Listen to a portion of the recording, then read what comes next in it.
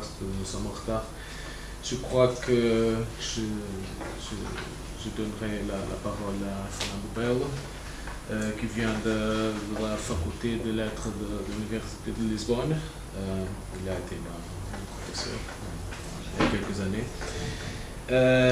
Et que nous va présenter une communication avec le titre le double lion, phénoménologie déconstruite. Bonsoir.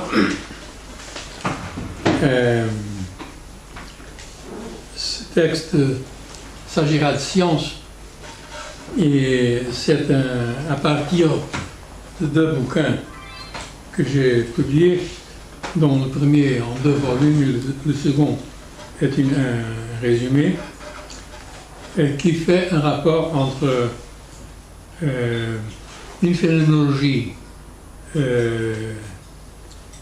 qui suit Husserl, Heidegger et Derrida, et ce que je considère par des critères de cette phénoménologie les principales découvertes scientifiques du XXe siècle. J'avais fait un texte trop long, alors j'ai dû le ramasser et je l'ai mis dans mon blog, si vous voulez en savoir plus. La phénoménologie dont on se réclame ici comme déconstruite et capable de déconstruire a un rapport historique avec Husserl, accomplissant le retour aux choses, mais aussi et surtout avec ces deux dissidents, Heidegger et Derrida. Du premier, elle garde le souci de la crise des sciences européennes, même s'il ne s'agit pas tout à fait du même type de science. Elle en garde la réduction comme opérateur majeur. Le second a sans doute tourné le dos à ce souci du maître, mais sans perdre de vue l'avenir de la science. Je cite, « Pour opérer une transformation de la science, et donc d'abord du savoir originaire, notre être-là a besoin d'un tout autre tirant d'eau métaphysique. Il a besoin d'abord de retrouver un rapport fondamental, institué et édifié véritablement à l'être de l'étang dans son ensemble », a-t-il écrit en 1935. On retiendra de lui notamment la donation en retrait de ce qui vient à la présence. Ce sera le motif de scène considéré au niveau des phénomènes.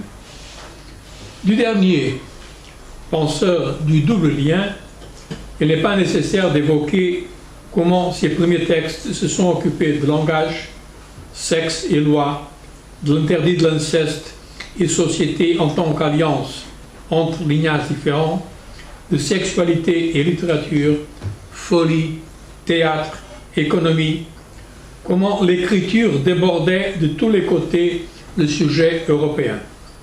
Mais évoquer peut-être le rapport de la trace à la biologie moléculaire en train de naître, à son programme génétique. Certes, pas plus que Heidegger, Derrida n'a pas poursuivi son chemin en tant que phénoménologue, mais la différence avec Tika, il garde une double dimension, le même et son excès, la trace qui excède en phénomène, la trace qui s'excède en phénomène. Le motif de double lien, double bind, implanté à Gregory Bateson, apparaît en là, en 1974, pour la première fois, je crois, et puis en la carte postale, en 1980, 2 textes qui marquaient sa sortie des textes académiques, m'a-t-il confié lors de notre première rencontre à Lisbonne en novembre 1983. Il l'a utilisé ensuite, le double lien, dans ses essais éthiques et politiques des années 80 et 90, mais à ma connaissance, jamais au niveau grammatologique, comme ce sera le cas ici. Ce que j'appelle phénoménologie, qui s'occupe des phénomènes des sciences, se situerait plutôt dans l'horizon de ce qu'à l'époque de la grammatologie, il envisageait comme science de l'écriture en général et qu'il n'a plus repris autant que je sache. C'est que le double lien permet de lier les découvertes scientifiques majeures du XXe siècle à la démarche grammatologique, condition de ce que j'appelle philosophie avec science. Avec science parce que les sciences reprennent sa dimension philosophique pré-kantienne et donc ont un rôle philosophique aussi.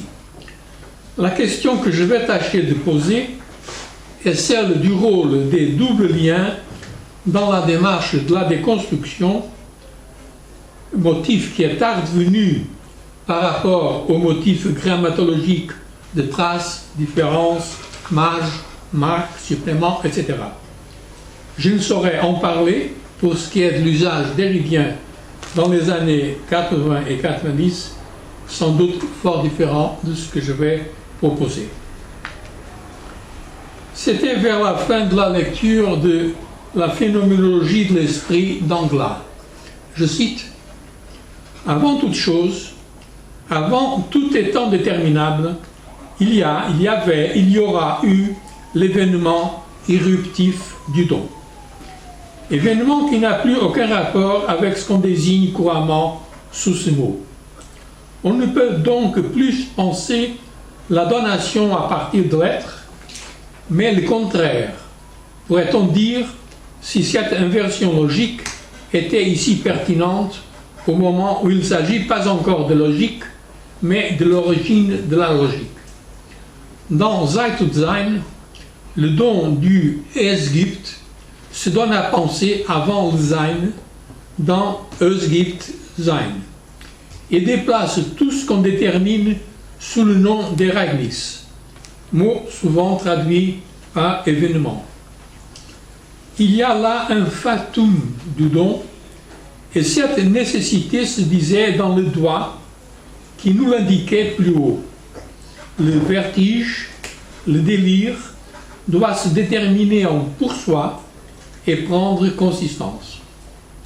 Dès lors que cette contrainte, cette striction du doigt vient presser l'énergie folle d'un don, ce qu'elle provoque est forcément un contre-don, un échange dans l'espace de la dette. » Fin de citation.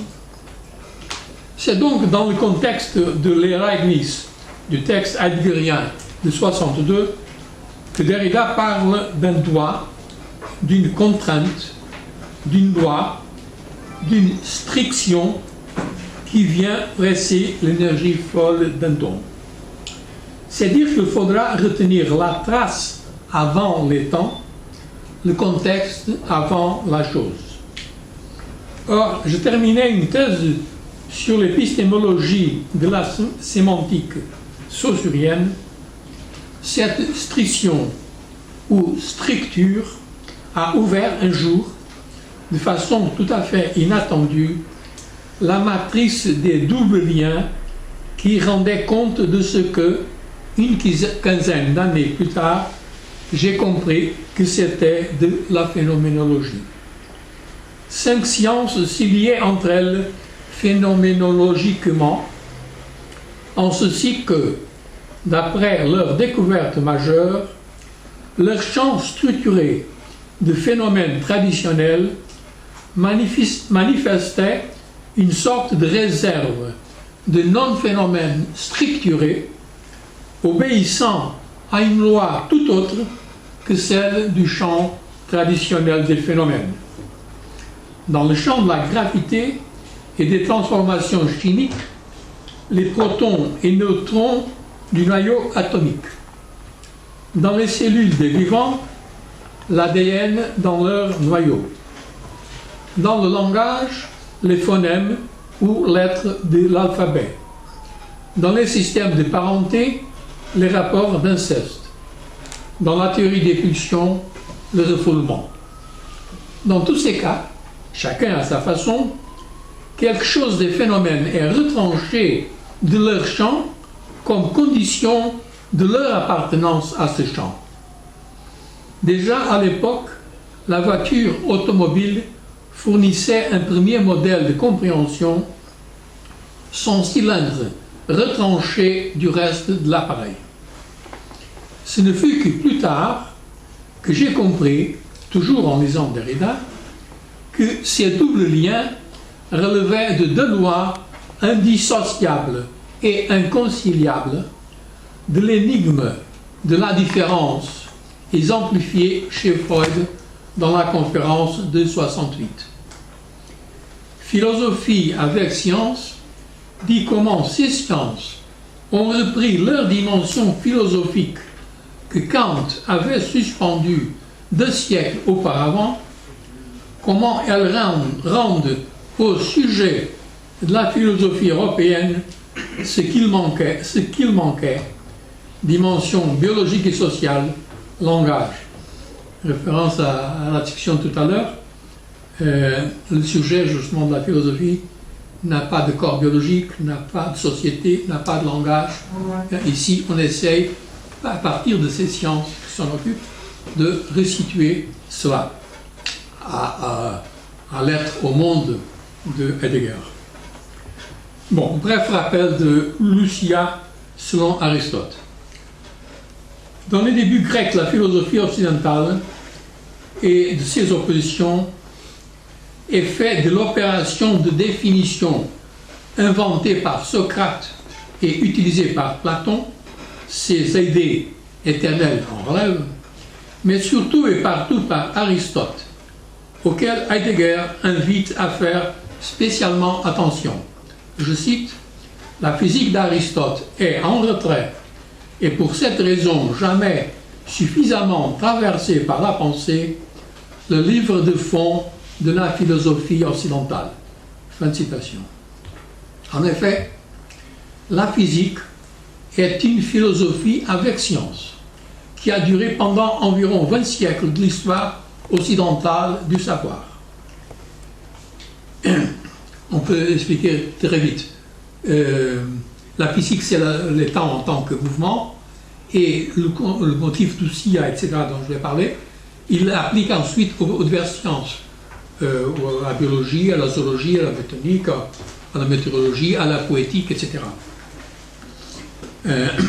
En effet, donc la physique s'occupe les temps en tant que douée de mouvement, et ils sont définis autour de Lucia les principaux motifs qui organisent ces textes sur les diverses sciences, et que pour sa part, la métaphysique interrogera ensuite en questionnant les temps en tant qu'étant. La métaphysique, c'est une post-physique, pas au sens de postmodernisme, mais c'était quand même, il y a quelque chose de cela. Ce motif de Lucia, substance et essence à la fois, noyau de la phénoménologie aristotélicienne. Après le platonisme, il a en effet réalisé un premier retour aux choses. Donc, Lucia peut être envisagé dans la perspective de ce texte comme un but par excellence de la déconstruction. C'est le motif qui permet de comprendre ce qui fascine le penseur grec, le mouvement des vivants, soit génération et corruption, naissance et mort notamment, soit changement de quantité et de qualité, déplacement de lieu. Voici ce qui opère la définition de Lucia. Elle distingue les incidents de chaque étant, Lucia, substance, pour ne garder que ce qu'elle a en commun avec ceux de son eidos, Lucia, essence. C'est-à-dire que le défini est arraché au contexte qu'il a donné accidentellement, condition d'avoir une place dans le texte gnoséologique qui argumente sur des essences intemporelles et sans circonstance, bien distinguées des récits et des discours de l'opinion. Le terme défini garde un seul sens qui permet d'argumenter de façon rigoureuse perd la polysémie qui est la gloire de la poésie et de la rhétorique. La traduction de Ousia en deux noms, substance et essence en latin, a eu des conséquences dans la compréhension de la place du temps dans la pensée d'Aristote, en latin comme en Europe. D'une part, Lucia, à la fois substance et essence, implique le mouvement, donc essentiellement le temps. Elle est pensée de la génération, en termes heideggeriens, de la venue de chaque étant à la présence, au temps présent où elle durera jusqu'à périr, jusqu'à sa corruption. Donc elle est pensée de la génération et pensée aussi du changement. Altération, croissance, diminution, dépassement, tous des motifs essentiellement temporels. Or, c'était leur temporalité qui avait empêché Platon de penser les choses terrestres, en faisant des idées éternelles, des essences hors du temps, que la définition avait arrachées à leur contexte empirique. D'autre part, c'est l'accident, catégorie particulière d'un sujet, qu'il a mais pouvait ne pas avoir, venu de ce qui lui est arrivé. C'est l'accident qui reçoit la marque de la condition temporelle de Lucia substance à qui tel accident est arrivé. Ces accidents que les récits et les discours racontent, toujours singuliers, sont donc soustraits d'eux-mêmes à la connaissance philosophique ou scientifique selon les principes ou les causes. Ils relèvent du contexte que la définition a laissé tomber. Ce retour aux choses, leur usiae définie dans leur capacité de mouvement, a été ainsi plus ou moins effacé par la double traduction latine. L'intemporelle essence, devenue complice de l'éthos platonicien dans le Moyen-Âge, sera scindée de la substance réelle par le nominalisme. Elle sera l'origine lointaine de l'idée cartésienne au XVIIe siècle. La physique de Galilée s'est vouée au seul mouvement de déplacement et son laboratoire a évacué les 4 sens de cause d'Aristote en ne gardant que la motrice, la cause efficiente d'une boule de billard qui met en mouvement une autre au repos qu'elle vient secouer.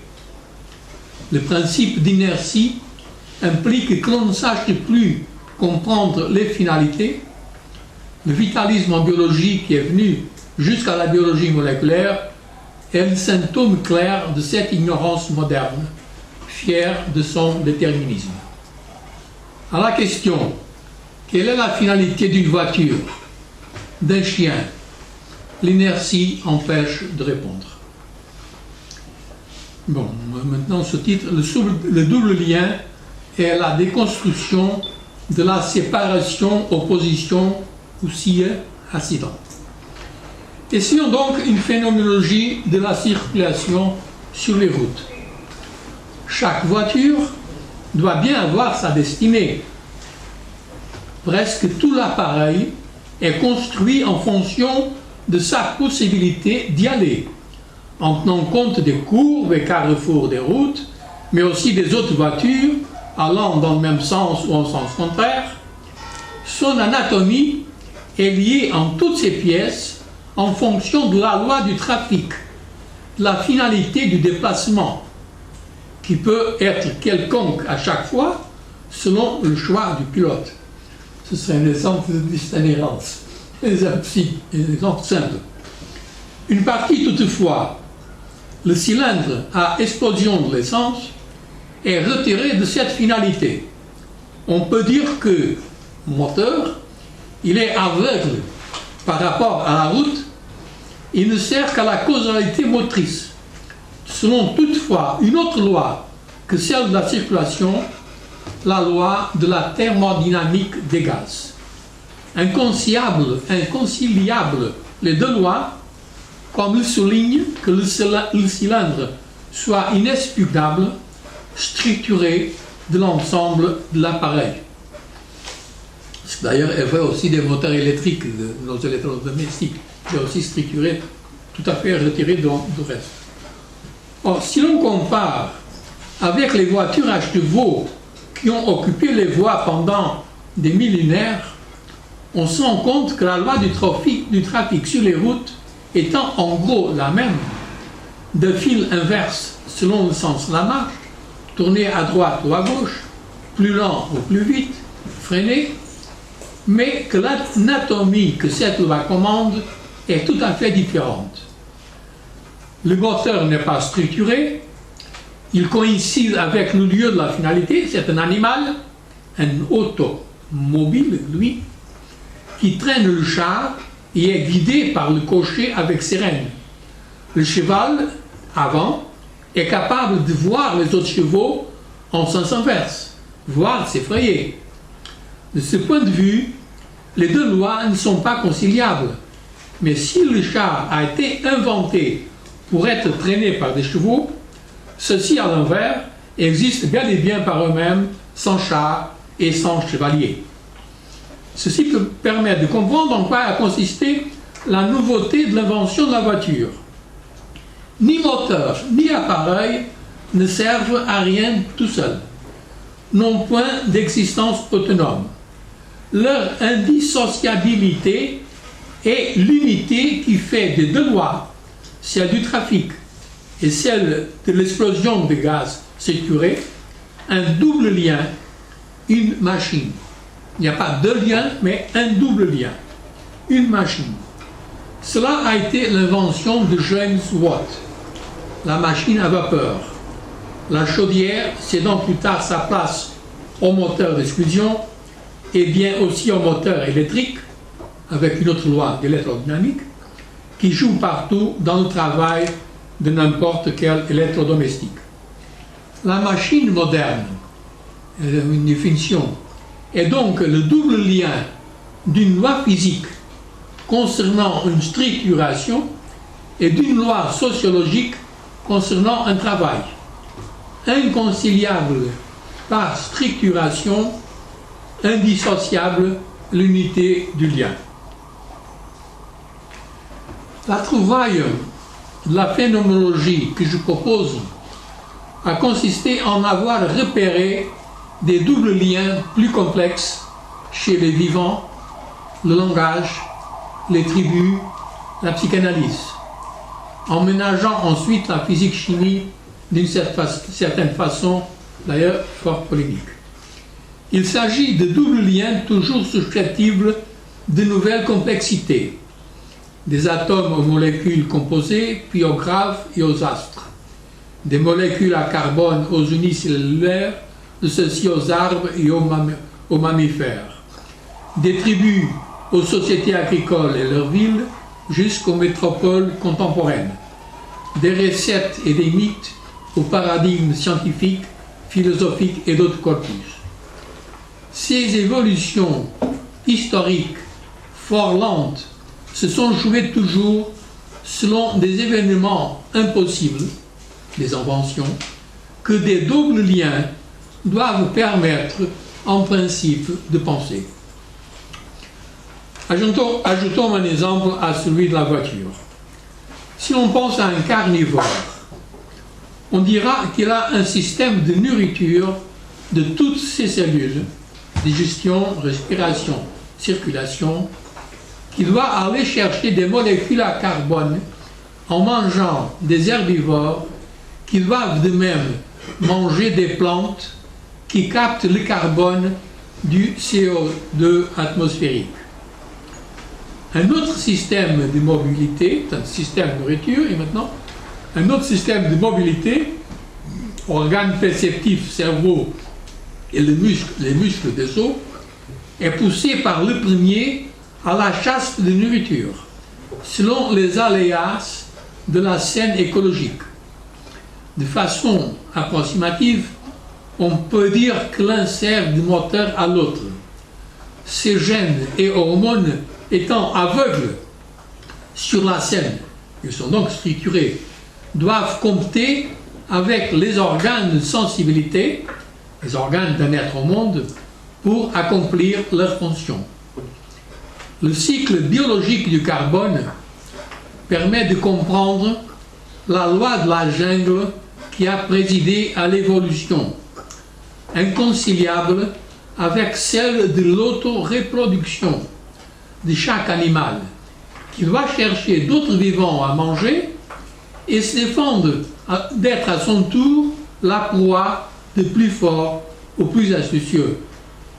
C'est le grand énigme de l'évolution. Comment ça a marché, c'est tout à fait impensable. Il n'y a pas de logique. De même que la loi du trafic permet de comprendre l'anatomie d'un char à chevaux, d'une bicyclette et d'une voiture automobile, d'un camion, etc., de même la loi de la jungle permet de comprendre le pourquoi des anatomies des différentes espèces animales, invertébrées et vertébrées. Le double lien, et ça c'est aussi une question qu'on a vue tout à l'heure, le double lien signifie qu'il ne s'agit ni de pure structure, ni d'événements purs, mais de l'oscillation entre les deux. La résultante, si on peut dire en langage géométrique, de deux forces, lien, loi, créant une homéostasie, une stabilité instable à la prigogine. Je crois que ces deux exemples sommaires de la voiture et du mammifère sont suffisants pour comprendre comment les doubles liens ont renversé l'opération de définition d'où nous sommes partis, d'où est partie la philosophie occidentale. Celle-ci s'est fixée sur l'ousia de la chose coupée de son contexte, sur son dedans coupé de son dehors, coupé de ce que nous appelons environnement, ambiance, contexte et réalité. Ce que l'on ne connaît pas étant condition de connaissance de la substance, essence de la chose qu'on a définie, coupé de ce qu'il a donné, de ce qui lui a donné existence par un certain nombre d'accidents que l'on ne connaît pas non plus de façon gnoséologique. C'est ce que le double lien renverse, comme Zeit und Sein d'Anglas. On rend la loi de la scène, trafic ou jungle, et Reignix, comme ce qui rend compte des règles scientifiques que l'anatomie de la voiture ou de l'animal doit suivre. La différence des espèces immotivées, à la façon de celle des langues en linguistique saussurienne, montrant bien que cette détermination des anatomies par la loi de la circulation de la scène n'est point déterministe. C'est le dehors qui a la primauté gnoséologique sur le dedans, renversement de la définition, car permettant de connaître aussi les règles de ce dehors en tant que scène, sans aller jusqu'à la connaissance des accidents singuliers, cette connaissance restant la chance des humains, de leur récit et opinion, décision aussi de chemin à parcourir, comme le mammifère peut édifier son abri et le chauffeur choisir la rue où se diriger. Écoutez, je m'excuse, on me donne seulement 5 minutes. Moi, j'ai encore un bout de temps. Quand tu veux sortir, peut-être en aller. Moi, j'aimerais lire mon texte jusqu'à la fin, jusqu'au bout. Et là, on trouve une troisième différence.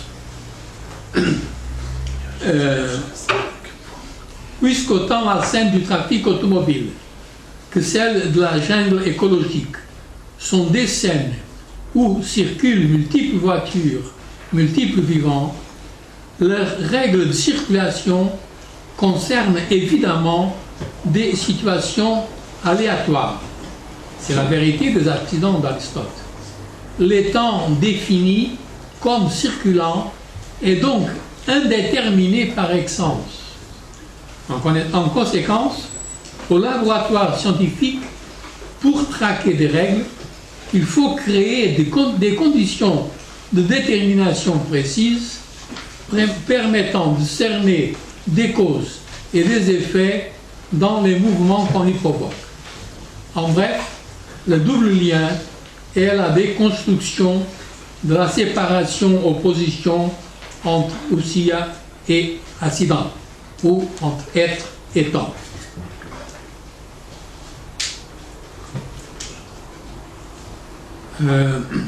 Alors, disons que, qu'est-ce qu'on peut connaître phénoménologiquement d'une voiture, d'un humain? S'il n'y a plus de séparation entre les temps et son contexte, si on peut parler dans tous ces cas d'être au monde, il faudra prendre le motif de Heidegger de possibilité comme relevant et de l'étang et du monde qu'il donne et il soutient. Il faut dire que ce qu'on connaît d'eux, ce sont leurs possibilités, celles que leur monde leur accorde. Toutefois, l'énigme de la différence avec un A reste toujours. Un événement peut toujours surprendre et révéler une possibilité inédite, ouvrant un avenir dépassant ce qui a été connu jusqu'alors. Alors, je voudrais maintenant venir sur la question de l'apprentissage de la parole dans la grammatologie. Autant de la grammatologie que dans la conférence, la différence, Derrida dégage ce motif et celui de trace à partir de la différence linguistique de Saussure. Citation: la structure générale de la trace immotivée fait communiquer dans la même possibilité et sans que l'on puisse les séparer autrement que par abstraction, la structure du rapport à l'autre, le mouvement de la temporalisation et le langage comme écriture. Fin de citation. C'est quoi la structure du rapport à l'autre? S'agit-il de dialogue entre des parlants qui ne semblent mériter aucune allusion de ce chapitre si important? Et si elle est indissociable du langage comme écriture, aura-t-elle à voir avec l'apprentissage du dehors de l'autre qui devient dedans? Là est en fait la pointe du chapitre. Le recours qui est fait à la réduction phénoménologique husserlienne pour rendre compte de la différence saussurienne entre l'image acoustique, le signifiant, et le son. Celle-là, je cite, est la structure de l'apparaître du son qui n'est rien moins que le son apparaissant. L'entendu, non pas le son entendu, mais l'être entendu du son. L'être entendu est structurellement phénoménal et appartient à un ordre radicalement hétérogène à celui du son réel dans le monde. On ne peut découper cette hétérogénéité subtile mais absolument décisive que par une réduction phénoménologique. Fin de citation. On entend le son apparaissant chez les ouïes de celui qui écoute. Sans que ce soit explicité, le rapport entre l'un qui parle et l'autre qui écoute est nécessaire au langage, lequel justement se transmet par apprentissage de génération en génération. C'est au niveau de l'écoute que la réduction devient possible. De celui qui parle, on sait par un autre texte la même année, le phénomène de la voix, que la conscience est citation, le s'entendre parler. L'œil est le monde dans la parole. Tandis que pour celui qui écoute, il faut la réduction phénoménologique. L'être entendu phénoménal, ce sont des différences entre les sons apparaissants, venus du monde, de l'ordre de la substance sonore, hétérogène, empirique susceptible de multiples variations, voire d'excès, cet ordre mondain est subtilement découpé de l'ordre phénoménal de ces différences, condition pour parler de traces, différence avec theta, qui n'existent pas, mais, citation, qu'il faut penser avant les temps. Fin de citation. Avant la substance. Car cette trace aux différences inscrit en des sons empiriquement non identiques un ordre de mêmeté radicalement hétérogène. Les différences entre des sons non identiques sont les mêmes. Cet ordre est à penser avant les sons, la langue avant les voix. Il n'existe pas en soi. La différence entre des sons n'est pas sonore. Il n'est que différence entre des sons empiriques. Et c'est pourquoi le découpage entre les deux ordres est subtil et demande une réduction phénoménologique.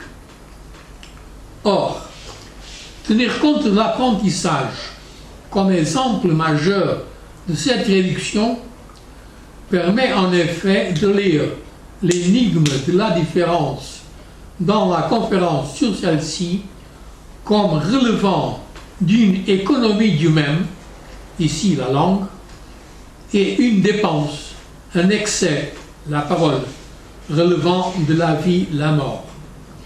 C'est pourtant cette énigme, citation, qu'il ne faut pas se hâter de décider qu'on ne peut pas penser ensemble, fin de citation.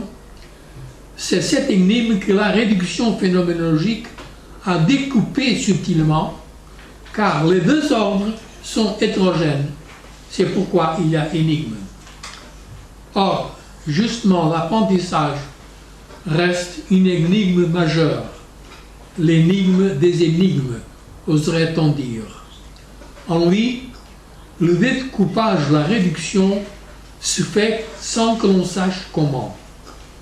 Les voix qui parlent sont réduites de leur sonorité pour laisser que, à la longue, la mêmeté de la langue engendre chez l'autre une voix inédite. La trace engendre de la substance sonore.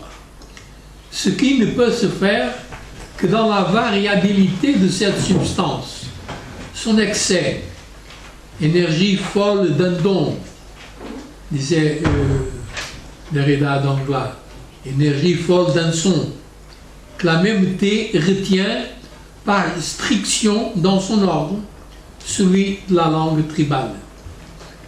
Le long passé de cette langue apprendra la parole à l'enfance, l'enfant qui passif, la reçoit comme empreinte qui y deviendra active de parole et d'agir et de penser, dans l'irréductibilité du passif et de l'actif, et bien aussi de celui qui parle et de celui qui écoute, la trace engendrant le sujet qui écoute et donc parle. Contre l'apprentissage en tant qu'imitation, qui néglige la passivité et accorde l'ensemble du processus au sujet déjà là, à son initiative, il faut parler de répétition plutôt. La passivité qu'elle implique ne cessera jamais.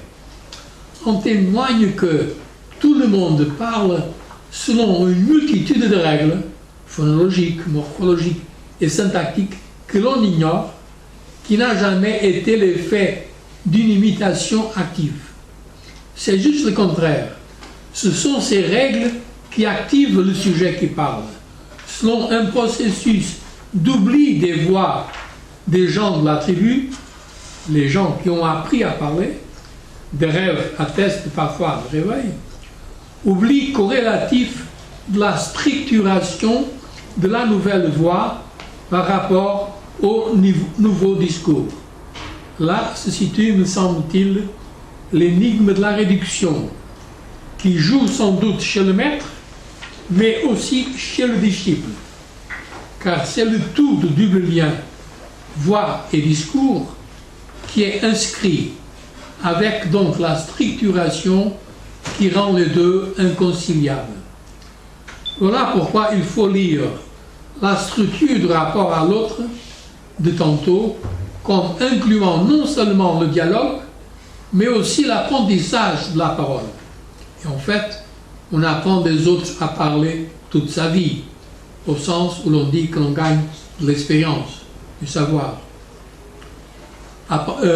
Apprentissage qui demande donc une réduction phénoménologique qui, en plus d'une opération ontologique de pensée chez Derrida, se manifeste également chez tout le monde comme une opération ontique d'inscription, structuration y comprise. C'est-à-dire qu'il y a ici un retour à Parménide. Ce que Derrida a pensé,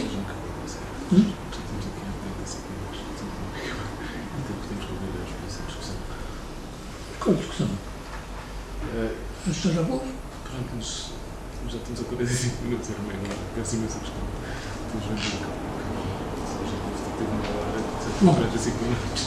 il y a qui veulent rester ou vous partez. Ouais. Si vous voulez partir, je vais aussi. Hein. Je prends le train tout à l'heure. Mais de toute façon, si ça peut intéresser. Enfin, je sais que les gens de chez Derrida et de chez Heidegger ne s'intéressent pas aux sciences. Ça, c'est vrai. Mais je crois que ce que je suis en train d'expliquer ici, c'est une fécondité du travail Derrida dans les sciences. Bon, si ça n'intéresse pas, je vais... Mais pour offrir la discussion, Me voici. D'abord, je suis vraiment intéressée parce que justement, si j'ai bien compris, vous pensez que l'avenir de la pensée serait dans une pensée de l'indéterminé. Oui. Donc voilà.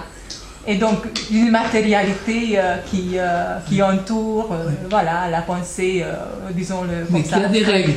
Oui. C'est indéterminé, mais il y a des règles. C'est ça qu'une voiture, c'est très évident. La voiture est travaillée en laboratoire avec des règles très précises de chimie et de physique. Mais c'est pour marcher dans l'aléatoire. Et la conversation aussi. Nous avons des règles très précises quand nous parlons. Sinon, personne ne s'entendrait pas. Mais l'aléatoire, vous parlez, moi je parle, je ne sais pas ce que vous allez dire, vous ne savez pas ce que je vais répondre, et les règles sont capables de ceci. Bon, en biologie c'est pareil, en physique c'est un peu différent, mais... Serait-ce une sorte de bergsonisme revisité?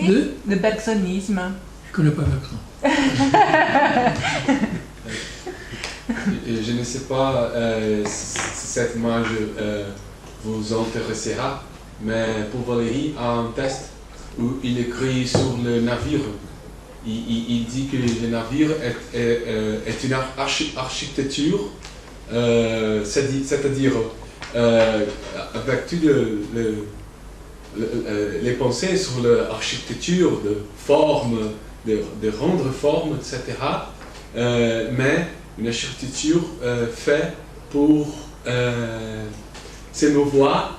C'est un édifice mouvant sur les mouvances.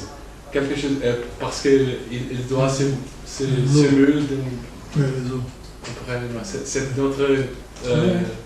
il y a des règles, mais il y a aussi une... Justement, oui.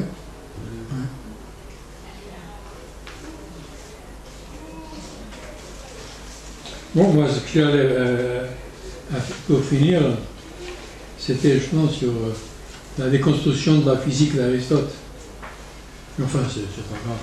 De toute façon, il est là dans le blog, si vous voulez.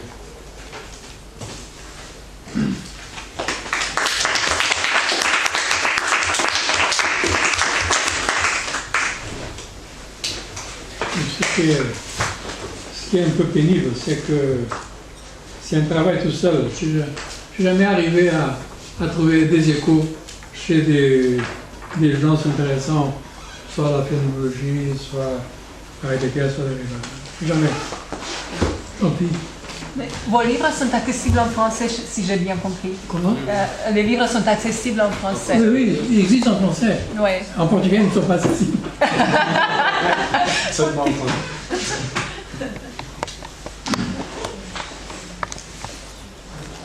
Et moi non plus, je ne suis pas très accessible parce que j'ai 81 ans. Donc je ne peux pas être très accessible aussi longtemps. Ok.